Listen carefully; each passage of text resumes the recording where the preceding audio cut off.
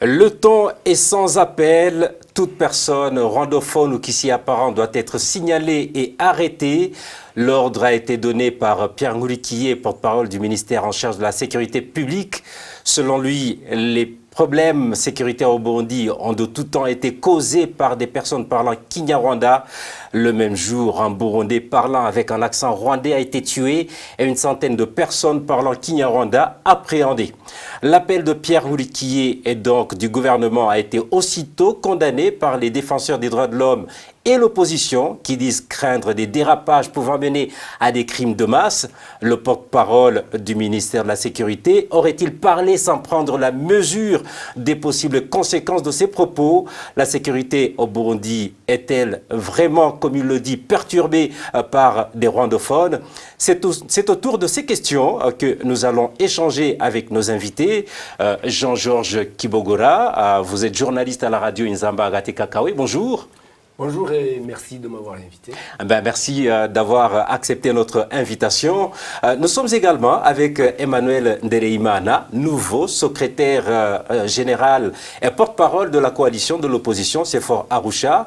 Bonjour et devrais-je dire également félicitations. Bonjour et merci beaucoup, Franck. À toutes, à tous, bonjour, bonsoir, bienvenue à cette édition du Club de la Presse. L'appel de Pierre Nkurikiye a choqué certains, comme l'ont dit des défenseurs des droits de l'homme et des opposants. Est-ce votre cas, Jean-Georges Kibogora? Oui, merci beaucoup de me donner la parole. Je dois dire... vous l'aurez pendant toute l'émission. Merci beaucoup.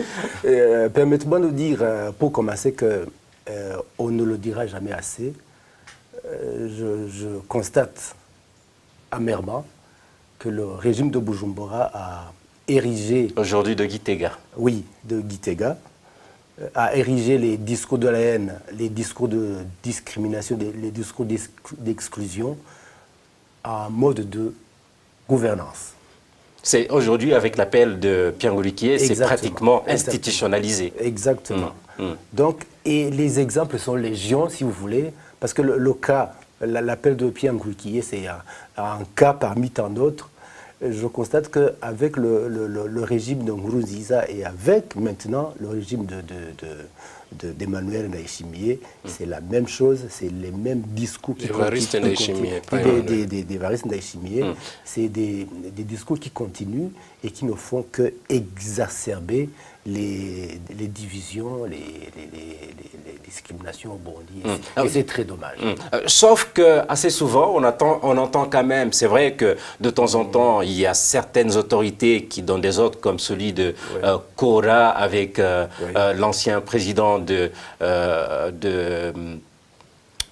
Sénat, ou encore l'ancien cadre, un autre classique du CNDD-FDD qui avait dit qu'il faut jeter les opposants dans le lac Tanganyika pour nourrir les poissons, mais c'est quand même la toute première fois qu'un ordre soit aussi donné de manière formelle à tout Burundais. C'est-à-dire que ça prend une ampleur assez importante. Si ça va au niveau... Si ça va jusqu'à ce que le porte-parole d'un grand ministère comme le ministère de la Sécurité et du Développement communautaire, c'est assez grave maintenant et les choses sont devenues très insupportables. Dans un pays où il y a des citoyens burundais parlant pratiquement Kinyarwanda, comme la plupart des gens de la province Kirundo, par exemple, est-il facile de définir qui est rwandophone en partant juste de cet accent, Emmanuel Ndereimana? C'est vraiment d'abord dommage de constater, nous l'avons toujours pressenti, nous l'avons toujours dit, que le pouvoir de Bujumbura a un projet un peu caché pour de diviser pour régner. ils ont essayé d'incalquer parmi les cœurs des Burundais les histoires des ethnies, mais là, ils ont échoué lamentablement. Ils ont trouvé que le peuple est uni. Cette histoire des ethnies ou tout ça n'a plus de place. En tout cas, à plus de 80%, ça n'a plus de place. Alors, comme c'est un projet toujours de diviser pour régner, ils trouvent toujours d'autres moyens. Et maintenant, là, alors, ils viennent de frapper fort. Ça vient du ministère de l'Intérieur. Le ministère de l'Intérieur qui ordonne au peuple de chasser tout le monde qui parle la langue rwandaise. Il y a même parmi eux-mêmes les autorités qui parlent cette langue-là, parce qu'ils ont vécu longtemps en exil au Rwanda. Alors, je ne sais pas s'ils sont aussi ciblés, je ne sais pas. Nous avons presque toute une province de Kirundo. En tout cas, plus de 80% des gens de Kirundo, comme ils sont frontaliers avec le Rwanda, ils parlent Kinyarwanda. Ils sont burundais. Nous avons vu des ministres burundais qui parlaient Kinyarwanda parce que ressortissants de Kirundo. Est-ce qu'ils sont aussi ciblés aujourd'hui? Alors on se pose la question, pourquoi ça? C'est là où ça nous ramène à comprendre pourquoi le pouvoir s'est toujours acharné, s'est mis au four et au moulin pour que les réfugiés qui sont au Rwanda rentrent à tout prix. Alors, c'est un piège. Quand je vois que maintenant, tous ces enfants qui sont rentrés des camps de réfugiés, tous ces Burundais qui venaient de passer 5 ans dans les camps de réfugiés, qui sont rentrés, personne ne parle plus Kirundi à 100%. Ça veut dire donc ça devient un danger pour eux. Voilà. Donc ils vont constituer également des cibles pour la chasse aux rwandophones. Maintenant, alors, le pouvoir de Bujumbura vient de montrer à la face du monde ce qui est réservé à ces gens qui vont rentrer parlant Kinyarwanda. C'est officiel maintenant, pour les traquer, c'est officiel, ce n'est plus des rumeurs. Et avant 2-3 jours, on a déjà tué quelqu'un à Kirundo parce qu'il parle Kinyarwanda. On se demande alors où ça va. Jusqu'où ça va aller. Voilà. Quand vous dites 80% de personnes que cette histoire d'ethnie touche, peut-être affecte moins de 4%, disons, ce qui reste, c'est 20%. Oui. 20%, d'où est-ce que vous tirez 80% et d'où est-ce que vous tirez 20%? 80%, je vais dire, tous ces paysans qui restent vivre à Kirundo, qui n'ont rien à faire à Bujumbura ou dans d'autres provinces, c'est 80%. Alors, d'autres ressortissants sont éparpillés dans d'autres provinces pour des raisons de service. Vous comprenez? 80 au village, 20 éparpillés dans d'autres provinces. Et quand vous parlez sur le plan ethnique en disant que ces discours maintenant ne sont écoutés que par 20% de la population, pourquoi 20%? Pourquoi 80% ne serait plus... Les 20% sont les qui? C'est d'abord l'équipe gouvernementale, entre guillemets, pas tous bien sûr, et ceux qui sont dans ce projet, parce que c'est un projet du CNDD-FDD, vous comprenez? Et puis, ils ont éduqué des Imbonerakure, on les a enseignés de traquer et tuer. Ils ont appris ça dans une grande école de tuerie à Kilibaondes, avec comme professeur des Imbonerakure, vous comprenez? Ils ont appris à tuer. Maintenant alors, ils sont rentrés avec métier de tuer dans l'air. Et donc ce sont eux, les 20% dont vous parlez. Voilà, et quand vous prenez de rwandophones, de personnes pour qui l'appel constituerait un danger, est-ce que pour les FDLR qui sont dits être complices sur le terrain au Burundi, ne seraient pas également en danger, étant donné qu'ils sont rwandophones? Non. Ils sont du camp des méchants.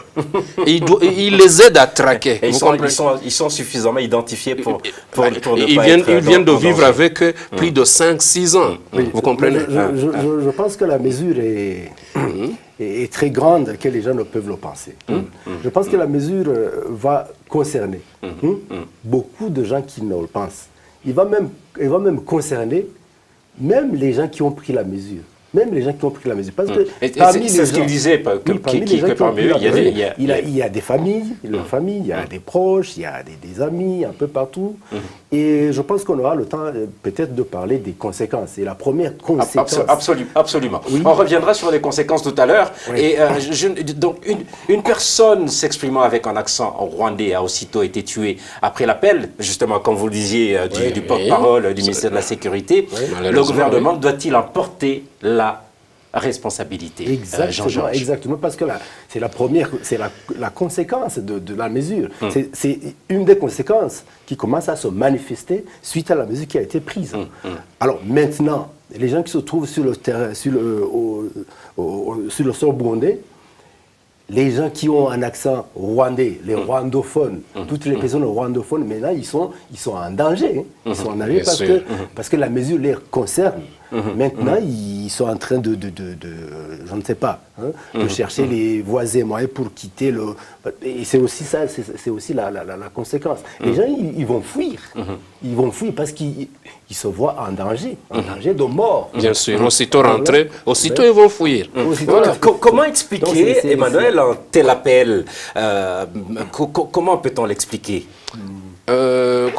Pourquoi cet appel? C'est un truc que Nil et la communauté nationale, la communauté internationale, maintenant ils vont se focaliser sur ça. Ils sont des stratèges. Nous avons toute une série de problèmes au Burundi. Alors, pour orienter les gens à autre chose et les faire oublier les vrais problèmes qui étaient là, ils orientent les gens dans autre chose. Comme là, ils viennent de créer quoi, il faut traquer les rwandophones, les gens qui parlent la langue rwandaise, il faut les traquer. Vous comprenez? C'est un truc qui va pousser tout le monde à se lever, se poser des questions, en oubliant tout qui était derrière les problèmes de développement, les problèmes de la corruption, les problèmes politiques, consorts. Donc c'est une stratégie, malheureusement, une mauvaise stratégie. Vous comprenez? Pour poursuivre, vous voulez dire une certaine mauvaise gouvernance? Parce que ça risque de les attraper eux-mêmes. Ça, c'est un truc du genre, on ne peut pas pousser toute la population à se lever pour traquer une partie des personnes parce qu'ils parlent telle langue.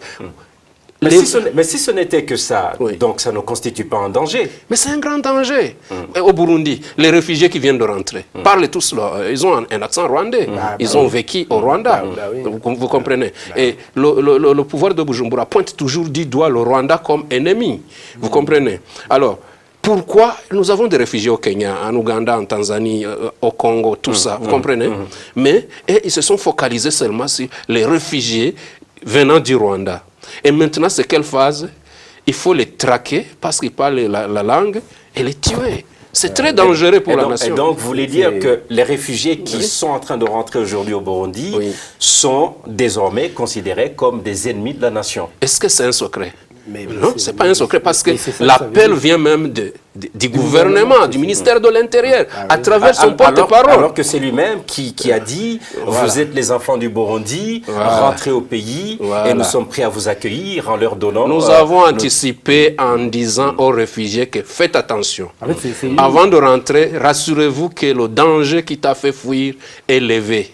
Et pourtant, on dit que c'est beaucoup plus les Banyamulenge qui seraient visés. Non. Est-ce que les Banyamulenge parlent seuls la langue rwandaise? Non. Ceux qui sont rentrés du Burundi. Celui qui est mort, on a frappé jusqu'à mourir à Kirundo. Il n'est pas Banyamulenge, c'est un Burundais. Le fait de traquer les Banyamulenge, pour moi, c'est un prétexte. Voilà, c'est un prétexte, exact. Pour arriver à toutes ces personnes-là qui parlent la langue rwandaise. Et ça montre à suffisance que la haine. Est-ce que d'abord, prétexte ou pas prétexte, est-ce qu'un Nyamulenge, c'est lui qu'il faut traquer? Pourquoi? On se pose la question. Dites-moi, est-ce que vous pensez que cet appel sème la psychose, comme vous l'avez dit, aux seules personnes qui parlent le Kinyarwanda? Ça sème la psychose, même au-delà de cette catégorie, ça sème la psychose à toutes les personnes qui voudraient bien partir pour le Rwanda, par exemple, pour toutes ces personnes qui sont au Rwanda, qui voudraient partir au Burundi. Donc ça sème la psychose un peu partout. Même au-delà des frontières des deux pays, ça sème la psychose. Maintenant, on voudra plus se montrer aux gens quand vous êtes en train de parler la langue rwandaise. Donc, c'est vraiment quelque chose de très, très dangereux. Qu'est-ce que vous pensez des proches de ces rwandophones, par exemple les amis, les parents et d'autres personnes qui seraient proches de ces rwandophones? Est-ce qu'eux aussi ne seraient pas en danger? Mais bien sûr, quand vous avez... Est-ce qu'aujourd'hui, il sera beaucoup plus facile de se montrer, par exemple, en compagnie d'un ami rwandophone? Bien sûr, quand vous avez un ami qui est en danger, vous êtes en danger aussi. Hein. Par ricochet, vous êtes aussi en danger. Donc, bien entendu, des gens qui parlent la langue rwandaise, ils sont en danger. Mais leurs amis, leurs proches aussi, ils sont en danger parce que là, c'est toute une famille globale qui est en danger. Hein. Enfin, quand on dit l'ami de mon ami, c'est mon ami, mais l'ami de mon ennemi aussi, c'est aussi mon ennemi. C'est ce que vous voulez dire? Oui. Je rappelle que vous suivez le Club de la Presse, une émission produite en synergie par les radios RPA et Nzamba qui la diffuse aussi en direct sur leur page Facebook, ainsi que par la télévision Renaissance. L'appel à traquer toute personne rwandophone lancé par Pierre Nkurikiye, porte-parole du ministère de la Sécurité publique. C'est le sujet qui nous intéresse aujourd'hui et nous sommes avec Emmanuel Ndereimana, secrétaire général et porte-parole de la coalition de l'opposition CEFOR Arusha, et Jean-Georges Kibogora, journaliste à la radio Nzamba Agate Kakawi. Le gouvernement dit que ce sont des rwandophones qui perturbent la sécurité. Pourtant, Emmanuel, le mouvement Red Tabara a revendiqué les différentes attaques armées menées ces derniers jours sur le sol burundais. Comment alors comprendre que Pierre Nkurikiye parle de rwandophone? C'est ce qui est dommage, c'est ce qui nous étonne tous. Les Red Tabara sont des Burundais qui parlent Kirundi très bien, vous comprenez? Alors, quand ils parlent de traquer les gens qui parlent la langue rwandaise, ça veut dire qu'ils vont au-delà de ce qu'ils peuvent indiquer comme ce qui les ont attaqués. Est-ce que c'est le Rwanda qui les a attaqués? Non, n'est-ce pas? Eux-mêmes le savent que ce n'est pas le Rwanda. Ils parlent de Red Tabara ou des fois des bandits armés. Très bien. Maintenant, l'ordre sort d'attaquer... Dans les propos de Pierre Nkurikiye, il a dit que ceux qui font ces attaques sont des gens qui parlent Kinyarwanda et qui viennent du Rwanda. Je pense que c'est toujours dans la logique d'agresser le pays voisin, le Rwanda, toujours, et peut-être aussi un moyen de trouver comment traquer le peu de Rwanda qui serait encore résident dans certains lieux au Burundi, et de surcroît, les Burundais qui viennent de rentrer, qui étaient réfugiés au Rwanda, leurs enfants, les enfants qui étaient ici à l'école secondaire, je vous jure, 100%, ils parlent Kinyarwanda. Tout à fait. Vous comprenez? Maintenant, ils sont devenus ennemis d'État, brusquement, comme ça. Vous comprenez? Alors, nous posons la question. Nous avons deux pays qui parlent presque la même langue. Le Kirundi et le Kinyarwanda sont proches. Dernièrement, un ami m'appelle, me dit, quand je vais au marché, j'ai peur même de prononcer le nom de ce que je vais acheter. Je pointe seulement du doigt, on me dit le prix, je paie, et je pars sans parler. Parce que même celui qui avait une dent contre toi, étant burundais, peut crier derrière toi que tu as parlé le Kinyarwanda et au risque de perdre ta vie. Vous comprenez alors? Les Burundais maintenant vivent dans une psychose terrible. Je me demande même ces autorités qui ont vécu au Rwanda, qui sont dans le pouvoir, le gouvernement aujourd'hui, qui font partie des décideurs. Comment ils ont validé un tel truc alors que c'est un boomerang, ça risque de les revenir en face. Ils vont faire comment? Vous voulez dire que Pierre Nkurikiye ne s'est pas improvisé comme ça? C'est quelque chose qui a été... Comment s'improviser? Comment s'improviser? C'est un porte-parole d'un grand ministère regroupant presque 3 ministères. Vous comprenez? Pas presque. 3 ministères. Et il l'annonce sur la radio-télévision nationale. Il est le porte-parole. C'est une décision d'État qui va nous prouver le contraire. Personne. Alors, vous comprenez? Alors, donc, il faut que tous les Burundais se lèvent. Si c'était possible, le problème est qu'au Burundi, le pouvoir est au bout du canon. Tu vas te lever pour manifester contre cette mesure. Vous avez vu comment ça a été en 2015. En 2015, boum, on a tué presque, je ne sais pas, vous comprenez. Et les gens ont la mémoire. Ont la mauvaise mémoire, la mémoire est encore fraîche, les mauvais souvenirs plutôt, et la mémoire est encore fraîche. Vous comprenez qu'ils n'ont pas quoi faire. Donc, ils sont étouffés, ils ne savent pas quoi faire. C'est parce que ces derniers temps, le problème de coronavirus et les frontières sont fermées, on allait recevoir dans les pays voisins des milliers encore de gens qui fuient. Ils ne savent pas seulement quoi faire, mais ils sont des cibles aujourd'hui du même pouvoir qui devait les protéger. Sauf que le malheureusement. coronavirus, malgré la fermeture des frontières, si les gens sont en danger, ils vont toujours trouver un moyen peut-être de fuir. Voilà. On parlait de conséquences tout à l'heure avec vous, Jean-Georges Kibogola, sur le plan psychologique pour les rwandophones. Mais Pierre Nkurikiye, en disant que ceux qui attaquent le Burundi viennent toujours du Rwanda, voisin, est-ce que cela ne risque pas d'envenimer encore davantage les relations entre ces deux pays? Merci bien de poser la question. Mais avant de répondre à cette question, permettez-moi de placer un petit mot par rapport à la réaction de mon ami Emmanuel quand vous parliez du Mare de Tabara et du Rwanda. En fait, je constate que c'est toujours un alibi, un prétexte. Sinon accuser le Rwanda voisin, je n'en vois pas une raison quelconque, parce que le Mare de Tabara est connu, est identifié. Il a revendiqué les attaques. Il a même revendiqué les attaques. Alors, je ne vois pas comment on accuserait le Rwanda alors qu'il y a un mouvement qui a revendiqué les attaques, etc. etc. Maintenant, donc pour vous, c'est trop facile. C'est trop facile de le dire, parce que c'est toujours la haine viscérale que le Burundi a envers le Rwanda. Alors, venons-en maintenant aux conséquences. Il y a beaucoup... À ces relations diplomatiques Oui. Qui étaient déjà au plus mal. C'était des relations diplomatiques qui étaient, je dirais, au point mort. Au point mort. Maintenant, ça va exacerber ces relations qui étaient déjà négatives. Maintenant, on est en train de traquer, de malmener les rwandophones. Et les rwandophones, dont des Rwandais. Dont des Rwandais. Bien sûr, la population qui est concernée, c'est beaucoup plus les Rwandais. Les Rwandais. Et donc, ça va exacerber les problèmes qu'il y avait du point de vue diplomatique. Alors, mais aussi, ça va handicaper très sensiblement le mouvement de rapatriement. Le mouvement de rapatriement. Qui était en cours. Mon collègue le disait tout à l'heure.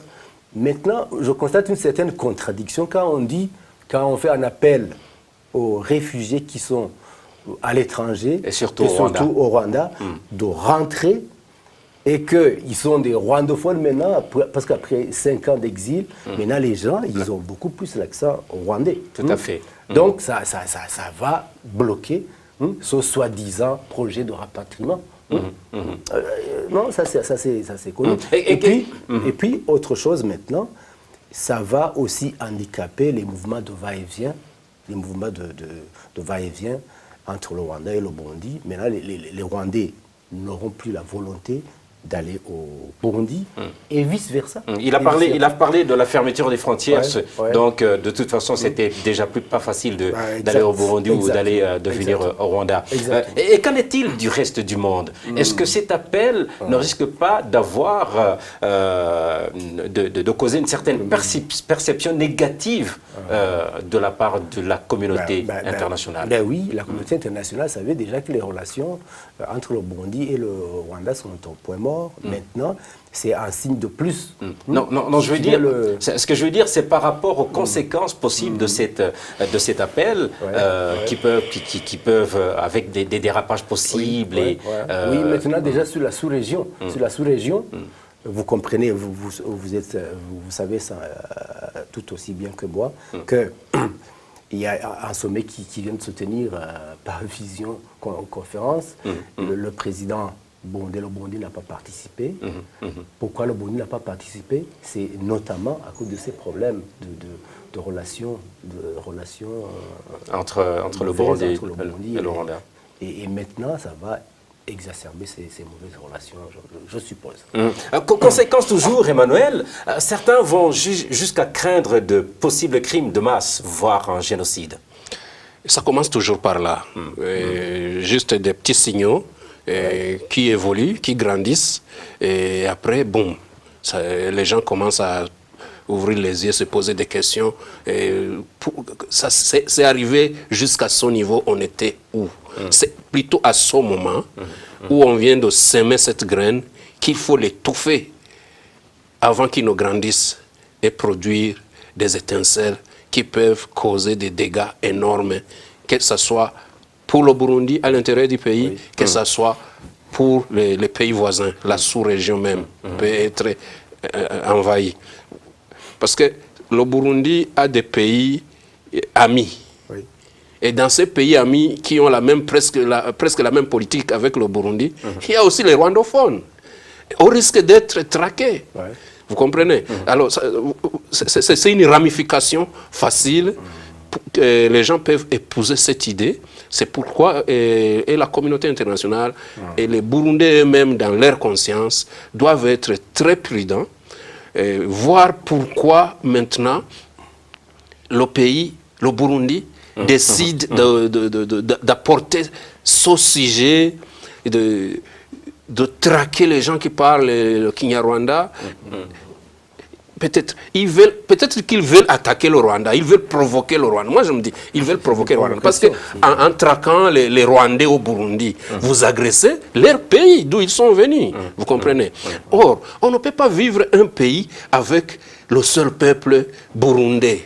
Il y a des étrangers. Bientôt, on va nous dire, on va traquer les francophones, on va traquer les anglophones, on va traquer les swahilophones. Où nous allons finalement. Après, lorsque tout le monde sera parti, ce seront les kironophones. Vous comprenez? Voilà. Emmanuel, quand vous parlez de cette manière, déjà depuis quelques mois, on a vu, disons pas éclore, mais un discours assez soutenu de séparatistes à caractère génocidaire. Ça veut dire que l'appel de Pierre Mulukiye risque en fait de permettre à certaines personnes qui se disaient, mais bon, qui hésitaient encore de faire ce type de discours, de les tenir. Mais bien sûr. Aujourd'hui, les prisons, que ce soit à Gitega et d'autres prisons à travers le Burundi, c'est plein de ces gens, soi-disant, rwandophones, qui ont été arrêtés à gauche à droite. On ne sait pas si ils sont encore en bon état de torture et tout et tout. On a signalé un cas de mort à Kirundo. On ne sait pas encore, on est en train de demander à gauche à droite comment ça se passe. Au risque de tomber dans un gouffre sans nom. Vous comprenez? Donc la sous-région maintenant est en danger. Ce n'est pas seulement le Burundi. Parce que les rwandophones qui sont... Parce que moi, quand je regarde, le projet vient d'où? J'ai entendu la même appel du côté du Congo à Uvira. C'était sur le WhatsApp. Quelqu'un qui parlait qu'il faut traquer tous ces Rwandais-là, qui parlent le Kinyarwanda. Alors, oui, c'était un citoyen. Donc, c'était juste après... non, c'était avant. C'était avant. C'était avant. Un appel comme ça. Ça veut dire que je comprends que cette personne était au courant de ce qui se préparait quelque part. Et Gitega, alors, vient de mettre le tout au vu et au su de tout le monde. C'est un projet de l'État. C'est dommage. Et il faut vraiment que les gens se lèvent pour arrêter de telles mesures. Jean-Georges, si le gouvernement continue à s'enfermer dans le déni de la présence de rebelles, la guerre n'est donc pas près de s'arrêter. Mais qui gagne et qui perd? Mais celui qui gagne, c'est le gouvernement, mais celui qui perd, c'est les Burundais, c'est le peuple burundais. Parce que c'est le Burundais qui a besoin de la paix, c'est le Burundais qui a besoin de la sécurité. Le gouvernement, on sait qu'il y a un petit groupe de gens qui a pris en otage toute la population burundaise et qui profite des intérêts qui soutirent des tâches qui sont appelés à gérer. Mais celui qui perd, c'est le peuple burundais. Et bien entendu, c'est le peuple burundais qui a besoin de se lever maintenant pour dire stop. Donc vous rejoignez donc Emmanuel pour cela. Mais comment le gouvernement peut-il y gagner avec ce regard négatif qu'il crée de la part aussi bien de la sous-région que de la communauté internationale, qu'il le voit maintenant? Enfin, ça ne serait pas la première fois, mais d'un mauvais œil. On sait que les autorités du Burundi, le régime de Gitega, comme on dit, c'est un gouvernement qui dit que tout est bien, tout est rose. Tout est rose au Burundi, alors qu'en réalité, il n'y a rien qui marche, Donc, ils montrent à la communauté internationale que vraiment, tout est bien, là, blablabla. Mais c'est pas ça la réalité. Donc, il faut vraiment que les Burundais de bonne volonté sachent dire non, stop. Vous êtes en train de plonger le Burundi dans un gouffre profond. Et ça, c'est très dangereux. Emmanuel, on va terminer avec vous. Comment, avec la position du gouvernement, cette position du gouvernement éloigne de plus en plus la possibilité du dialogue auquel vous ne cessez de le convier?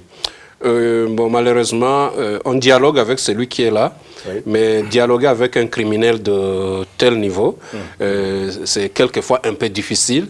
Ce que nous comptons faire, ce que nous souhaitons pour notre pays, c'est qu'il y ait changement radical des dirigeants, même au sein du CNDD-FDD même, à l'intérieur. Je sais qu'il y a des gens qui ne cautionnent pas ce qui se passe. Ils peuvent renverser les tendances.